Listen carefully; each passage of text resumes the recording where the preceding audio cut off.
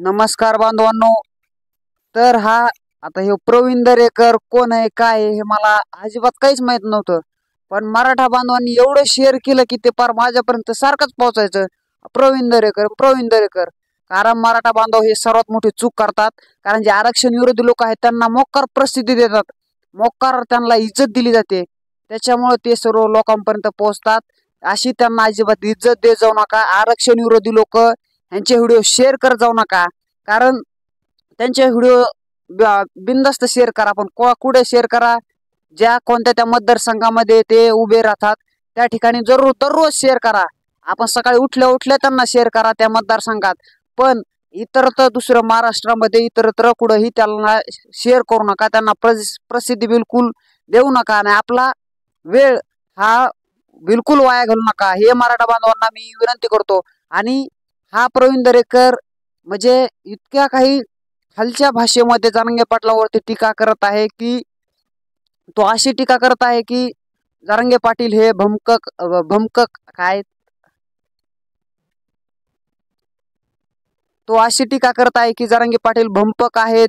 नंतर की जरांगे पाटील हे समाजासाठी काम करत नाहीत, ते राजकारण करत आहेत. त्यानंतर प्रवीण दरेकर असा बोलत आहे की मी स्वतः खूप समाजासाठी काम करतो. पोलीस भरती असेल, कोणतेही आंदोलन असो, त्या ठिकाणी मी सामील होतो. आमची पडद्यामागं खूप मोठी भूमिका आहे. कारण आम्ही सदावर्तेला डायरेक्ट आम्ही दरवेळेस जे मराठा आरक्षण रद्द होतं ना त्याच्या कारण त्यावेळेस आम्ही सदावर्तेला सारखं कोर्टात मध्ये पाठवण्याचं काम आम्ही करतो, असं प्रवीण दरेकरचं असं म्हणणं म्हणावं लागेल. कारण तो म्हणतो आमची मराठा आरक्षणाच्या पडद्यामागं खूप मोठी भूमिका आहे. मग ही भूमिका कोणती असेल? हीच भूमिका असेल ना. कारण हे विरोध करतोय म्हणजे ह्याची हीच भूमिका असेल की सदावर्तेला कोर्टात पाठवणं असेल, म्हणजे त्यांना आरक्षणाविरुद्ध रद्द करायला लावणं असेल. हे सर्व भूमिका ही प्रवीण दरेकरांची असेल. त्यानंतर आम्हीही खूप समाजासाठी खूप मोठं काम करतो. कारण जरांगे पाटील हे स्वतःलाच मोठे नेते समजतात, पण आम्ही तसं नाही. पण आम्ही पण खूप मोठं काम करत आहोत. आमच्या आरक्षणाची खूप मोठी भूमिका आहे. आम्ही सरकारपर्यंत सारखं पोहोचवायचं काम आम्ही करतो, असं प्रवीण दरेकर बोलत आहे. त्यानंतर ईडब्ल्यूएस आरक्षण हे जरांगे पाटलामुळे गेलं असंही प्रवीण दरेकर बोलत आहे. पण प्रवीण दरेकरने हे लक्षात घ्यावं, तुम्ही समाजासाठी काम करतात ना, बरं मान्य. तुम्ही मग काय करावं समाजासाठी? आपली आमदारकीचा प्रथम राजीनामा द्यावा. त्यानंतर आपण 10 दिवस अन्न पाण्याचा त्याग करून तुम्ही समाजासाठी काम करा आणि उपोषण करा. कारण मग लगेच आम्ही 100% मानू. आणि त्यानंतर तुमचं घरदार, तुमचे मुलं बाळा असतील, तुमची पत्नी असेल, ह्यांना सर्वांना सोडून तुम्ही दूर राहा आणि त्या ठिकाणी तुम्ही समाजासाठी उपोषण चालू करा. त्या ठिकाणी मी स्वतः त्या ठिकाणी उभा राहतो. तुमच्या पाठीशी मी खंबीरपणे उभा राहतो. तुमचा गावभर मी प्रचार स्वतः करतो. प्रवीण दरेकरांनी एवढं काम करावं. त्यांना ओपन चॅलेंज आहे, त्यांनी समाजासाठी उपोषण करावं. 10 दिवस त्यांनी त्यांच्या घरदार सर्व सोडून त्या ठिकाणी आमदारकीचा राजीनामा देऊन समाजासाठी काम करावं. मी त्यांना डायरेक्ट मराठा समाजाचा आपण दैवत प्रवीण दरेकर म्हणून मानू. खरं जर एवढा दम असेल ना प्रवीण दरेकर मध्ये, उगाच मोक्कार बोलून, कारण भंपक हे प्रवीण दरेकर आहे. विनाकारण जरांगे पाटलांवरती टीका करायचं काम हे प्रवीण दरेकरनी करू नये. त्यानंतर समाजासाठी एवढं काम करता येतं, मग एवढं करावं. त्या ठिकाणी मी स्वतः तुमचा प्रचार हा पूर्णतः मी महाराष्ट्रभर तुमचा प्रचार करतो. समाजासाठी फक्त त्यांनी 10 दिवस कसलंही अन्न आणि पाण्याचा त्याग करून त्या ठिकाणी पूर्णतः उपोषण करावं. खरंच आम्ही नेता म्हणून आम्ही मराठा समाजाचं दैवत हे प्रवीण दरेकर मानू. पण असल्या फालतूपणा काम हे प्रवीण दरेकरनी नुसत्या म्हणजे पोकळ अशा धमक्या आणि पोकळ असे तुमची भाषा अशी प्रवीण दरेकरने वापरू नये. आणि मराठा समाजाला येड्यात काढायचं काम हे प्रवीण दरेकरनी करू नये. आणि तुमच्या सरकारने काय आरक्षण दिलं, कशाचं आरक्षण, नेमकं काय आरक्षण भेटलं समाजाला? नेमकं ते 10% आरक्षण ते दिलं, 50%च्या वरचं काय दिलं? इथून मागं काय भेटलं? प्रत्येक वेळेस तर रद्द झालं. ते रद्द करण्यामागं हात हे तुमचाच होता. कारण त्यावेळी तुम्ही आम्ही काय, आमची भाजपची आमची महायुतीची भूमिका आहे, समज आमचं आरक्षण द्यायचं असं म्हणायचं आणि त्या ठिकाणी सदावर्तेला कोर्टात नेऊन आरक्षण रद्द करायला लावायचं. म्हणजे दुसरीकडे काय बोलायचं की आम्ही आरक्षण देतोय पण कोर्टामध्ये रद्द होते. कोर्टामध्ये रद्द कोण करतंय? हा सदावर्ते नेऊन तुम्ही त्या ठिकाणी कोर्टात त्याला दाखल करता आणि तो तिथं रद्द करतोय. म्हणजे सदावर्ते दुसरा हा काहीच काम करीत नाही. त्याचाच तुम्ही पगार त्याला दिला जातोय, त्या ठिकाणी त्याला पैसा पाणी पुरवला जातोय. सदावर्ते फक्त एवढंच काम करतो, तो फक्त मराठा आरक्षण सरकार देईल आणि ते आरक्षण सदावर्ते रद्द करायचं, एवढंच काम सदावर्ते करतो. आणि त्याचा म्हणजे त्याच्या मागं पडद्यामागची भूमिका ही प्रवीण दरेकर आणि त्यांच्या भाजपची कार्यकर्त्यांची मोठ्या म्हणजे पडद्यामागची भूमिका आहे असं म्हणावं लागेल. त्यानंतर हा प्रसाद लाड तर प्रसाद लाड आणि प्रवीण दरेकर मी पाहिलं मी म्हणलं हे जुळेच आहेत का काय. आणि मला काय वाटलं हे म्हणजे जुळे भाऊ आहेत का असंच मला वाटलं, पण नंतर वाटलं की हे वेगवेगळं आडनाव आहे असं मला कळालं. म्हणजे त्या ठिकाणी प्रसाद लाड तर असं बोलत आहे की माझ्याशी चर्चा करायला हे जरांगे पाटलांनी यावं. म्हणजे मुख्यमंत्री महाराष्ट्र हे स्वतः जरांगे पाटलांजवळ चर्चा करायला जातात आणि प्रसाद लाड असा कोण लागून गेला, राष्ट्रपती लागून गेला का उपराष्ट्रपती लागून गेला, ती डायरेक्ट त्याच्यापाशी जा आणि चर्चा करा. एवढा मोठा समजा लागला प्रसाद लाड, तू साधी तुला आमदारकी नाही मिळाली विधान परिषदेची की लगेच तू म्हणायला लागला की मी माझ्याजवळ जरांगे पाटलांनी चर्चा करायला यावी. आणि काय चर्चा करणार आहे तू नेमकं, का तू नेमकं न्यायाधीश आहे का, तू कोर्टात कोण तुम्ही आहे का, तू का एखादा आपल्या महाराष्ट्राचा मुख्यमंत्री तू आहे की आपल्या देशाचा राष्ट्रपती तू आहे का पंतप्रधान आहे. अरे नेमकं कोण आहे तू प्रसाद लाड, का विनाकारण तुम्ही म्हणजे हाताने तुम्ही मोकार इज्जत कमी करून घेता अशा टीका करून. जरांगे पाटलावरती काय टीका करताय तुम्ही. प्रवीण दरेकर मागच्या वेळेस SIT ची मागणी ही प्रवीण दरेकरनेच केली किंवा कोर्टामध्ये. आणि त्यानंतर त्या ठिकाणी काय बोलला प्रवीण दरेकर की जरांगे पाटलावरती गुन्हा दाखल करावा आणि त्यांना अटक करावी. तर का करावी की फडणवीसांवरती टीका केली कारण उलटी टीका न करता डायरेक्ट फडणवीसांना पदावरून बाहेर काढायला पाहिजे होतं. त्या ठिकाणी त्यांनी राजीनामा नाही तर त्यांच्यावरती सदर कारवाई करायला पाहिजे होते. कारण गृहमंत्र्याचं खातं त्यांच्या हातात असताना डायरेक्ट तुम्ही जर जनतेवरती डायरेक्ट माता मौल्या लहान बाळांचा न विचार करता त्यांच्यावरती जर गोळ्या झाडत असाल, त्यांचे डोके फोडत असाल, त्यांना रक्तबंबाळ करत असाल तर उलटी ह्यांच्या विरोधात फडणवीसांच्या विरोधात त्या ठिकाणी त्यांच्यावरती गुन्हा दाखल करून त्यांच्यावरती कारवाई करायला पाहिजे होते. पण हा उलटी प्रवीण दरेकर का झोपला होता का त्याचे काय मला काय समजतच नाही नेमकं, का भान हरपलं होतं प्रवीण दरेकरचं. कारण डायरेक्ट म्हणतो जरांगे पाटलावरती गुन्हा दाखल करायला पाहिजे की फडणवीसांवरती टीका केली. फडणवीसांचं नेमकं काय झालं तर फडणवीसांना डायरेक्ट त्यांनी माता मौल्यांचे डोके फोडले, त्यांच्यावरती गोळ्या झाडल्या. कारण फडणवीसांनी स्वतः माफी मागितली. मग ह्याच्यावरून कळतं की फडणवीसांची चाल होती ही. कारण हे प्रवीण दरेकर फक्त हे त्या ठिकाणी फडणवीस जसं बोलतील तसं हा प्रवीण दरेकर वागायचं काम करतो. कारण हा प्रवीण दरेकर स्वतःच्या बुद्धीवरती सुद्धा बिलकुल चालत नाही, पण त्या ठिकाणी टीका करून हाताने इज्जत कमी करायचं काम हा प्रवीण दरेकर करत आहे. त्यानंतर तो आशिष शेलार एक आणि हे प्रसाद लाड असेल, जे अनेक जण आहेत ते विनाकारण आपली इज्जत कमी करून घ्यायचं काम, हे समाजामध्ये काम करायचं हे काम असं करतात. त्या ठिकाणी EWS आरक्षण हे जरांगे पाटलामुळे गेलं असं प्रवीण दरेकरचं म्हणणं आहे. गेलं तर सर्वात अगोदर आपण पाहू जरांगे पाटलांनी मागणी काय केली ती OBCतून आरक्षणाची. त्यांनी काय SCBC मागितलं का काय मागितलं, त्यांनी SCBC आरक्षण मागितलंच नाही.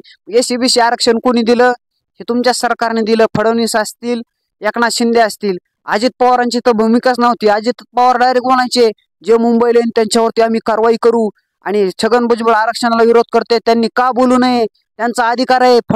छगन भुजबळांनी बोललंच पाहिजे असं अजित पवार बोलायचे त्या ठिकाणी. म्हणजे एवढा त्यांना घमंड होता अजित पवारांना, गुर्मी होती. त्यांना वाटलं आता मी उपमुख्यमंत्री झालो म्हणजे हा मी कायमचाच झालो, म्हणजे मी जोपर्यंत माझा जीव जात नाही तोपर्यंत मी हा महाराष्ट्राचा उपमुख्यमंत्री कायमचाच झालो असं अजित पवारांना वाटत होतं. पण जी काय त्यांची गुर्मी होती ती पद्धतशीर मराठा समाजाने जिरवलेली आहे आणि त्यांची महाराष्ट्रामधून फक्त एकच जागा निवडून आली.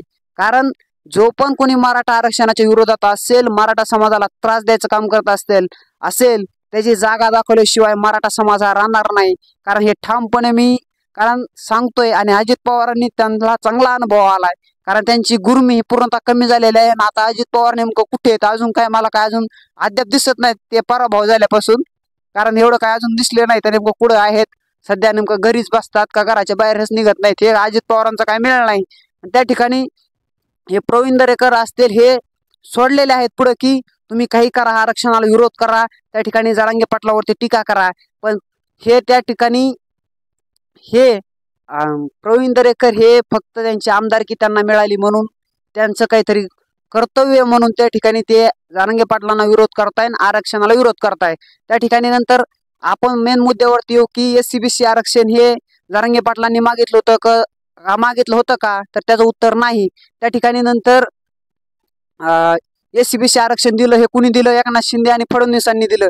तर त्या ठिकाणी हे कुठलं दिलं EWS, मग आरक्षण कसं रद्द झालं, SCBC आरक्षण दिल्यामुळे. SCBC आरक्षण किती दिलं, 10% दिलं आणि EWS किती होतं, 10% दिलं. म्हणजे काहीच केलं नाही, फक्त बदल हा केला की 50%च्या वरचं आरक्षण हे दिलं आणि ईडब्ल्यूएस म्हणजे मराठा समाजाला कट केलं, म्हणजे त्या ठिकाणी म्हणजे काय करायचं होतं यांना की ईडब्ल्यूएसचा हा वापर इतर समाज करेन आणि त्या ठिकाणी मराठा समाजाला त्यापासून बाजूला करून त्या ठिकाणी बंद करायचा प्लॅन, म्हणजे मराठा समाजाचं 50%चं आरक्षण वरच दिलेल्यामुळे त्यामुळे ते टिकणार नाही, म्हणजे मराठा समाजाच्या हातात काहीच राहणार नाही आणि सरकार बदलल्यानंतर हे सर्व जाईल असा प्लॅन हा ह्या सत्ताधाऱ्यांचा होता। त्या ठिकाणी उलटी मराठा समाजाला म्हणजे हातात काहीच ठेवायचं नाही, त्यांना काहीच आरक्षण ठेवायचं नाही असा प्लॅन त्यांचा होता।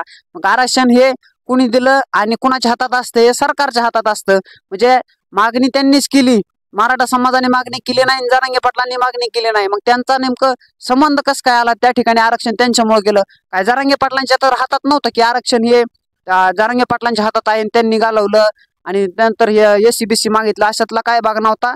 त्यांची पहिल्यापासून भूमिका आहे की ओबीसी मधूनच आरक्षण मागायचं, ही भूमिका जरांगे पाटलांची आहे, त्या ठिकाणी तीच अजून सुद्धा आहे। पण सरकारने या ठिकाणी एससीबीसी आरक्षण देऊन मराठ्यांचं वाटोळ करायचं काम केलेलं आहे आणि त्यानंतर म्हणजे मेरिट लिस्ट पाठवली की त्या ठिकाणी कुठं पोलीस भरतीचा कट ऑफ किती लागला हे पहा, पण ते कट ऑफ आहे, ते मेरिट लिस्ट आहे, ती मागच्या वेळेसच्या भरतीची होती, त्या ठिकाणी तुम्ही तारीख पाहिली तर मागच्या वेळेसची तारीख आहे त्या ठिकाणी। पण मराठा समाजाला असं येड्यात काढून जरांगे पाटलांपासून दूर करायचं काम हे सरकार करत आहे। त्यानंतर सर्वात मोठं मराठा बांधवांना विनंती आहे की म्हणजे आपल्या समाजाची संख्या पाहिली तर आपली कोटीच्या घरात आहे, म्हणजे आपले कोटीच्या घरात असं म्हणजे इतर समाजाच्या तुलनेप्रमाणे आपली समाजाची संख्या ही मोठी आहे। त्यानंतर म्हणजे मराठा समाज हा कोणत्या जरी प्रवर्गात गेला, ईडब्ल्यूएस असो, ईसीबीसी असो किंवा ओबीसी असो, कोणताही असो, त्या ठिकाणी जरी गेला तर त्या ठिकाणी मेरिट हे वाढणार आहे, कारण मराठा समाजाची संख्या भरपूर आहे, त्यामुळे मेरिट हे वाढणारच ना। त्याच्यामुळे समाजाने समंजसपणाची भावना घ्यावी, विनाकारण जरांगे पाटलांना दोष देऊ नये आणि आपला आरक्षण हे कुठेतरी आंदोलनात आपली फूट पडेल आणि आंदोलन हे विस्कळीत येईल असा गैरप्रकार मराठा बांधवांनी करू नये आणि विनाकारण ह्यांच्या हे काय यांच्या तसले हे करत असतील की टीका करत असतील असे व्हिडिओ इतरांपर्यंत शेअर करायचं काम करू नका। शेअर करायचे असतील तर त्यांच्या मतदारसंघात तुम्ही रोज शेअर करा, विनाकारण ह्यांना शेअर करून अशी प्रसिद्धी त्यांना बिलकुल देऊ नका। आणि प्रवीण दरेकर हे फक्त आमदारकीवरती हे त्यांना मिळालेल्यामुळं आमदारकीमुळे एवढं हे बोंबलत आहेत, त्या ठिकाणी सरकारने आमच्या काम करत आहेत, आम्ही लय काम करतो असा प्रवीण दरेकर बोलत आहे। पण प्रवीण दरेकरने रस्त्यावर यावं, आंदोलन करावी, डायरेक्ट एखाद्या ज्या ठिकाणी आता पाऊस चालू आहे त्या ठिकाणी एखाद्या रस्त्याच्या ठिकाणी चिखल असेल तर त्या ठिकाणी समाजासाठी त्या ठिकाणी चिखलात बसावं। आम्ही तुमचा फोटो घेऊन मी गळ्यात फोटो घालून ह्याचा प्रवीण दरेकरचा मी गावभर हिंडतो, कारण प्रवीण दरेकरने समाजासाठी फक्त चिखलात मांडी घालून बसावं आणि समाजासाठी 10 दिवस उपोषण करावं त्या ठिकाणी आणि अन्न पाण्याचा त्याग करून उपोषण करून त्या ठिकाणी घरदार पूर्णतः सोडावं, समाजासाठी काम करावं, आमदारकीचा राजीनामा द्यावा। मी 100% प्रवीण दरेकरांना माझं दैवत मानतो आणि त्या ठिकाणी मी डायरेक्ट गळ्यात फोटो घालून मी हिंडतो आणि प्रवीण दरेकरचा मी गावभर प्रचार करतो, महाराष्ट्रभर करतो। प्रवीण दरेकरला ओपन चॅलेंज आहे, फक्त एवढंच करून दाखवावं मी समाजासाठी काम करतोय म्हणून। प्रवीण दरेकर समाजासाठी काम करतायत असं मी 100% म्हणेन आणि पाठीशी खंबीरपणे उभा राहीन त्या ठिकाणी, म्हणजे एवढंच काम फक्त प्रवीण दरेकरांनी करावं। मी 100% प्रवीण दरेकरांना मानतो, कारण प्रवीण दरेकर आपल्याला खरं पाहिलं तर आपण एक दिवस नाही जेवलो तर त्या ठिकाणी तुमचे पार पोटाला कस तरी होत असेल तुमच्या, आणि काय तुम्ही उपोषण करणार हे मला चांगलं माहिती आहे। विनाकारण तुमची आता इज्जत कमी व्हायचं काम हे प्रवीण दरेकर हाताने करत आहेत आणि भाजपची पण इज्जत घालायचं काम प्रवीण दरेकर, प्रसाद लाड, आशिष शेलार हे करत आहेत। आणि त्या ठिकाणी पुन्हा एक राहिलं की SIT चौकशी ही त्या ठिकाणी सभागृहात त्या ठिकाणी बोलत होते प्रवीण दरेकर। SIT चौकशी जे उपमुख्यमंत्री असतील, एकनाथ शिंदे असतील, अजून किती भाजपचे नेते असतील, सगळे भ्रष्टाचारी त्या ठिकाणी आहेत आणि त्या ठिकाणी पदावरती बसले आहेत, त्यांची का मागणी केली नाही। अजित पवारांनी एवढा मोठा सिंचन घोटाळा केला, त्या ठिकाणी पुन्हा धरण बांधल्यानंतर डायरेक्ट धरणात मुतायची भाषा ही अजित पवार करत होते, याच्यावरती सर्व गोष्टीवरती भ्रष्टाचारावरती का SIT चौकशी मागणी केली नाही। त्यानंतर माता मालेवरती एवढा लाठीचार्ज झाला, त्या ठिकाणी त्यांची डोके फोडण्यात आली, त्यांना डायरेक्ट गोळ्या घालण्यात आल्या, लहान लहान मुलांना देखील गोळ्या घालण्यात आल्या, त्याची काय SIT चौकशी प्रवीण दरेकरने केली नाही का? त्यावेळेस भान हरपलं होतं का प्रवीण दरेकर झोपीत होता का? त्या ठिकाणी त्यांना का त्या ठिकाणी बुद्धी त्या ठिकाणी चलत नव्हती का प्रवीण दरेकरची? म्हणजे एवढा माता मावल्यावरती लाठीचार्ज झाला तरी प्रवीण दरेकर त्या ठिकाणी गप्प होता, म्हणजे हा किती नालायकपणा म्हणावा लागेल प्रवीण दरेकरांचा। आणि या ठिकाणी समाजासाठी तुम्ही काम करा, आणि असे बिलकुल विनाकारण इज्जत घालायचं काम प्रवीण दरेकरनी करू नये आणि त्या ठिकाणी तुम्ही उपोषण समाजासाठी करावं. मी सांगितलं तेवढं ओपन चॅलेंज प्रवीण दरेकरांना तेवढं करून दाखवावं. मी 100% प्रवीण दरेकरांना मी पाठिंबा देतो आणि त्यांच्यासोबतच मी त्या ठिकाणी उपोषणाला बसल्यानंतर त्या ठिकाणी मी 10 दिवस त्यांच्या सोबत बसतो. प्रवीण दरेकरांनी फक्त एवढं करून दाखवावं. त्यांना ओपन चॅलेंज आहे. फक्त विनाकारण असल्या बासकळ पोकळ त्या ठिकाणी नसत्या भाष्य तुम्ही करू नये. त्या ठिकाणी विनाकारण नुसती वक्तव्य करून त्या ठिकाणी इज्जत आपली खाली जाईन आणि आपली इज्जतीचा पंचनामा होईल असं प्रवीण दरेकरांनी करू नये. त्यांना शेवटची विनंती करतो. इथे थांबतो. जय हिंद, जय महाराष्ट्र, एक मराठा लाख मराठा. एवढी हिंमत काय प्रवीण दरेकरांमध्ये होणार नाही. एवढा व्हिडिओ जास्तीत जास्त शेअर करा, प्रवीण दरेकरांपर्यंत पोहोचला पाहिजे.